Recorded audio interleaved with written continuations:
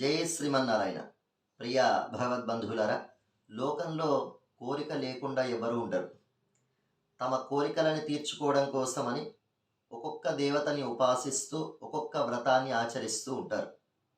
కానీ అన్ని వ్రతాలు ఆచరిస్తే ఎటువంటి ఫలితం లభిస్తుందో, ఆ అన్ని రకాల ఫలితాలని ఒకే ఒక వ్రతం వల్ల మనం పొందాలి అనంటే అది కేవలం ధనుర్మాస వ్రతం వల్ల మాత్రమే మనం పొందగలుగుతాము. అందుకే దీనికి శ్రీ వ్రతం అని పేరు. ఈ శ్రీ వ్రతాన్ని ఆచరించడం వల్ల వివాహం కాని వాళ్ళకి వివాహం అవుతుంది. వివాహమైనటువంటి వారికి సంతానం లభిస్తుంది. ఆరోగ్యం కావాలంటే ఆరోగ్యం లభిస్తుంది.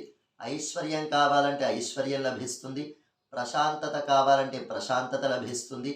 ఉద్యోగం కావాలంటే ఉద్యోగం లభిస్తుంది. ఉన్నతమైనటువంటి పదవి కావాలంటే ఉన్నతమైనటువంటి పదవి లభిస్తుంది. కనుక అన్ని రకాల సంపదలని అనుగ్రహించేటువంటి వ్రతం కనుక ఈ ధనుర్మాస వ్రతానికి శ్రీ వ్రతం అని పేరు. ఈ వ్రతం గురించి మనకి వేద ఇతిహాస పురాణ ఆగమాలలో ప్రబంధాలలో ఎంతో అద్భుతంగా మన మహర్షులంతా కూడా ఆల్వార్లంతా కూడా కీర్తించారు. సాక్షాత్తుగా శ్రీమన్నారాయణుడు పాంచరాత్ర ఆగమంలో శ్రీ ప్రశ్న సంహితలో లక్ష్మీదేవికి ఈ ధనుర్మాస వ్రత విధానాన్ని వ్రత వైభవాన్ని తెలియజేస్తూ, ఎవరైతే సూర్యుడు ధనురాశిలోకి ప్రవేశించినప్పటి నుండి మళ్ళీ మకర రాశిలోకి ప్రవేశించేంత వరకు ఈ ధనుర్మాస వ్రతాన్ని ఎవరైతే ఆచరిస్తారో, ఈ ధనుర్మాస వ్రతాన్ని ఒక్కరోజు ఆచరించినా కానీ వారికి ఎటువంటి ఫలితం లభిస్తుందట?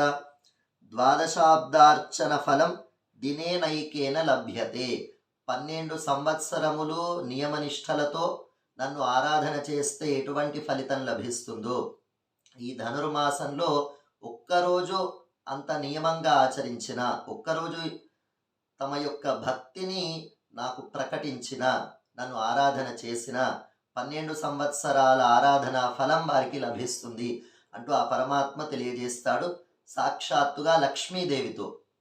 కనుక ఆ లక్ష్మీదేవి అంశతోనే, భూదేవి అంశతోనే మళ్ళీ గోదాదేవి ఈ లోకంలో ఆవిర్భవించి ఈ ధనుర్మాస వ్రతాన్ని, శ్రీ వ్రతాన్ని ఎంతో సులభంగా మనకి అందించింది. కనుక ఈ రోజు నుండి ఆ ధనుర్మాస వ్రతం మనకి ప్రారంభమైంది.